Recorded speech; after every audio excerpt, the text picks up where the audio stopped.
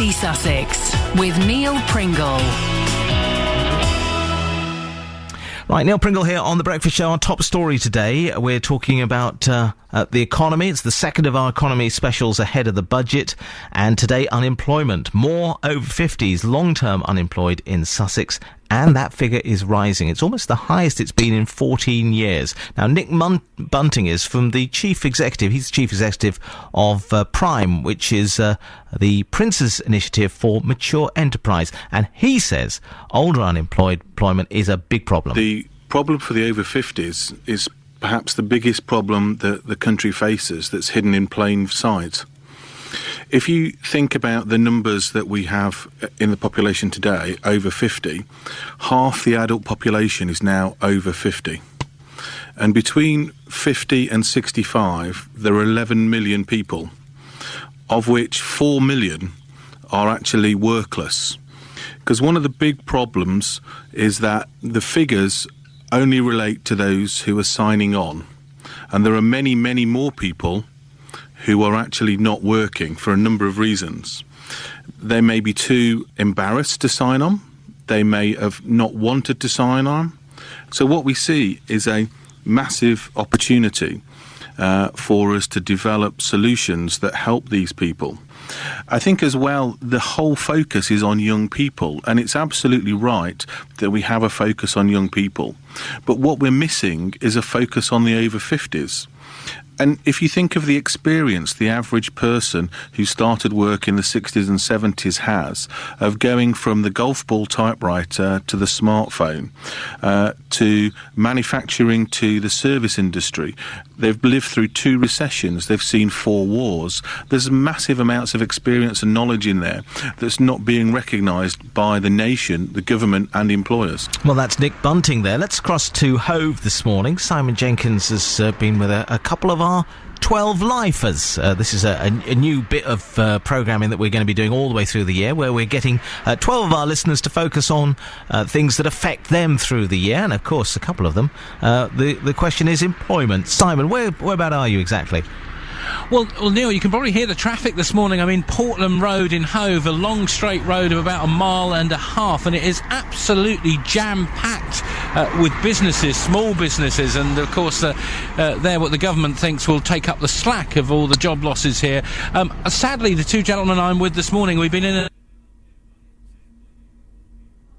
Right, having problems there with our reporter, Simon Jenkins. Let's try and get back to him in just a second. I'm joined by Jason Perry, though, who's the director of ASL Recruiting in Hastings, an employment expert. Hello, Jason. Thanks for joining us. Good morning. Okay, so clearly, if you're over the age of 50, as we've been hearing through the programme today, it's really hard to get back on that job ladder.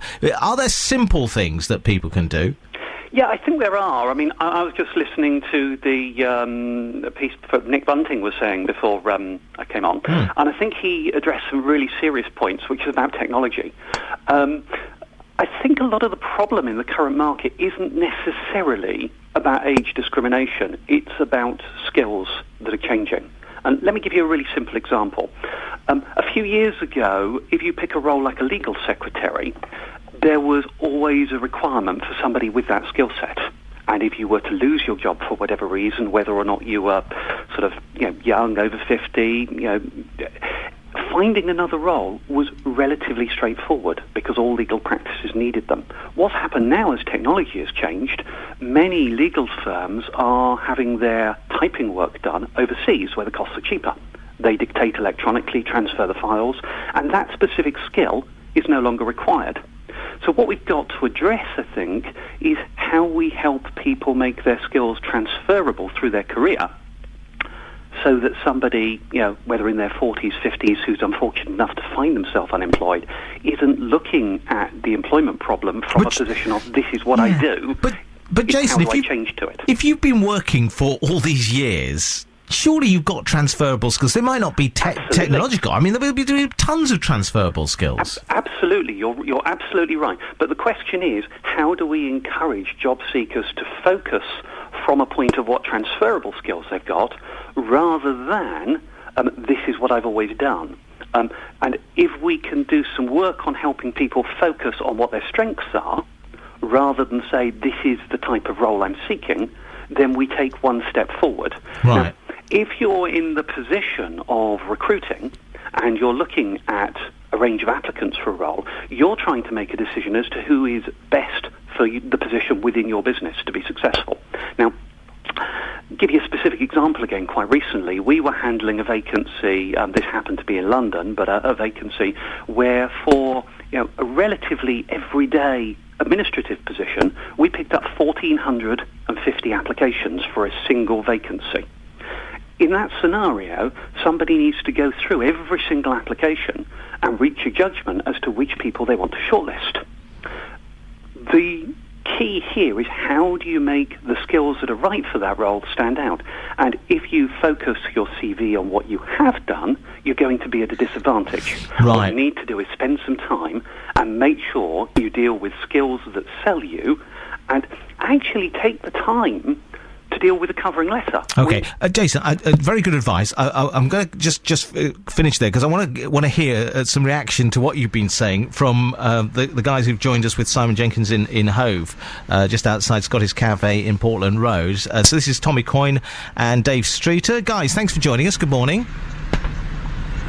Good morning. Morning. Right, now let me ask both of you, when you've been putting in for applications, I mean, Jason's saying you've got to be very targeted and you've got to make your skills relevant to the jobs that you're going for, rather than saying this is all that stuff I've done in the past. I mean, Tommy, do you think you could have got your applications a bit smarter? Well, to be honest, I've currently on the 6th version of my CV in the last 2 years, constantly updating it and amending it. I understand what the gentleman was saying there. What I try and do is, with the covering letter, with the CV, is to target towards the specific vacancy. If they're looking for particular qualities, you put that in your covering letter rather than in the actual CV. The CV can show what you can do, but then, and what your experience is, but you use your cover letter to tailor towards the employer. And Dave, what about updating skills? I mean, do you think that's hard as you get older? Do you think, God, I've got to learn new skills again to make me relevant? Well, what I did was sort of look back at my sort of skill set and thought, what can I do with this? In my case, sort of photography and things that I'd done in the past, and try and sort of make use of them. But I mean, going back to the CV thing, I mean, I actually had at one stage 4, I think, different CVs that were targeted to different sort of areas that I used to do. I mean, still to no avail, it has to be said. All I've ever really been offered is short-term, sort of 3 months contracts, which is obviously, not ongoing. Right, okay, gents, good luck in the future. We'll obviously be following you through the year. It's Tommy and Dave there, who are part of our 12 Life series, the 12 Lives